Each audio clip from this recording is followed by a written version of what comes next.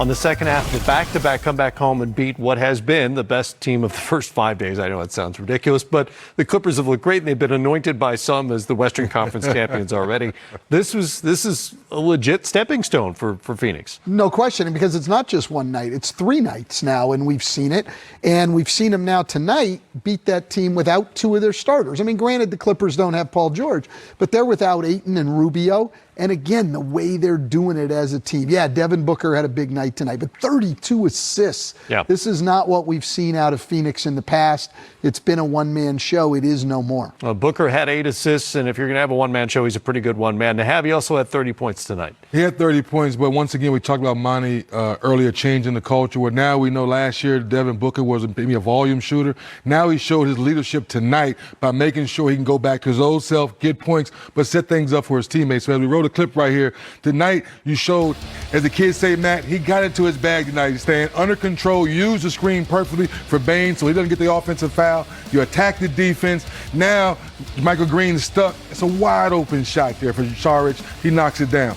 No Rubio tonight, so now he has to be 0.2, 0.3, whatever it is. Just give him the ball. Now Montrezl Harrell sneaks in there. Now you got Frank the Tank, a wide open 3. So now he's 0.2 tonight, Stan. Now I'm going to look for my own. Defense shows up late. I get all the way to the basket. Now I'm feeling good about myself. Then in the fourth quarter, they put Kawhi on him. Once again, patience. Let that brush screen come so you don't get an offensive foul. Now you catch it, square up.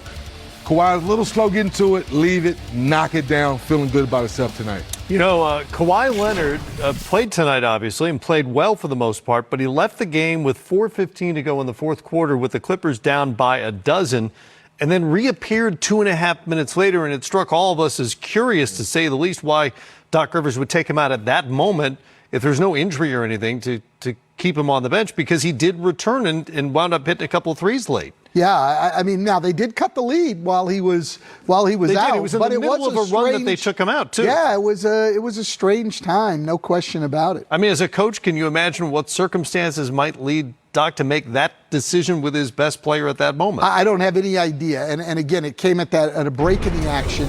Possibly Kawhi said something to him. I mean, that's a possibility. Maybe he had tweaked something. Maybe he was tired. Yeah. And, you know, he took him out for a couple of minutes, but it is curious.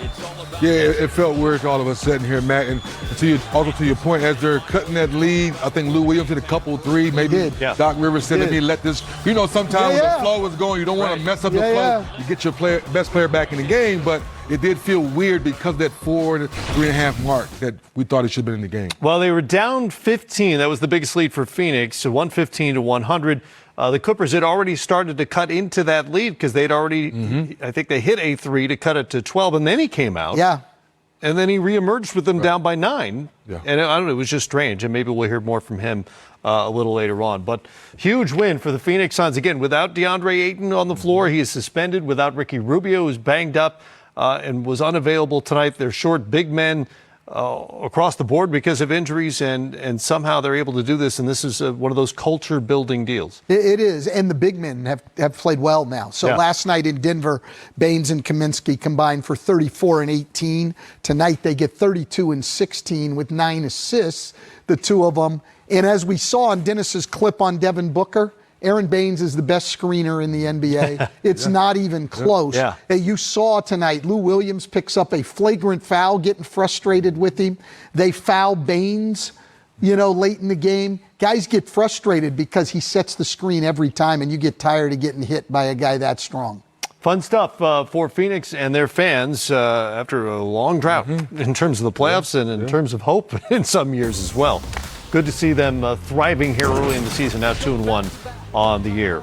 More on that game and the rest of the night around the NBA. The Suns win at 130 to 122. Game time presented. It was not Booker's 68th career 30-point game. It was his 64th. His 68th will come in like 3 weeks. Yes, exactly. Right. Something like that. Yes. But it's his 5th year in Phoenix now. Obviously, Monty Williams is the new head coach there. You're talking about culture changes, all the stuff that goes into turning a program around. How does Booker fit into that change, big picture? Well, he's their best player. I mean, and it's time for him to play in some meaningful games, and it's time for him to take some leadership, which means not just score, but play the way we're supposed to play, which he's doing, and put out a better effort at the defensive end, which he's also doing. Yeah, the defense is getting better, decision making is getting better, but when Rubio went down there, you can tell how that feel that Monty Williams said, you know what, I'm going to put the ball back in your hands. And tonight he showed how to get into his own spot, but being patient. And I think coming off a lot of those pin downs and pick and rolls, he was in a good space tonight. And it's contagious. I mean, he had 8 assists tonight. They had 32. That's their second 30-assist game. Yeah. You know, this team's playing together, and they're defending harder. 2 things we haven't seen in the past. 3D, I believe you brought video to the set. Yes, and this video, talk about Devin Booker. We're going to show this next level of Devin Booker being patient when the screen's being set. Having a guy like Baines, you have to be patient. Otherwise, the offensive foul, you mess up the play. So now you attack the defense. There you go, wide open shot on the weak side of the floor.